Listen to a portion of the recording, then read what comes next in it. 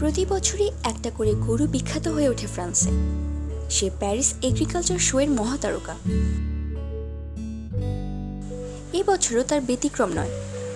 নতুন তারকা পেয়েছে ফ্রান্স, তাই বলে যে কোনো গরুর ভাগ্যে তারকা খ্যাতি জোটে না। এর জন্য প্রতিযোগিতার মধ্য দিয়েই যেতে হয়। এবার পাইনোয়ের ব্রিডের বন্ধুসুলভ আচরণ ও পরিপাটি লুক নিয়ে রানী হয়ে উঠেছে ফাইন নামের এই গরুটি। সে এখন পাদক প্রদীপের আলোতে। এখন বয়স তার 6 বছর।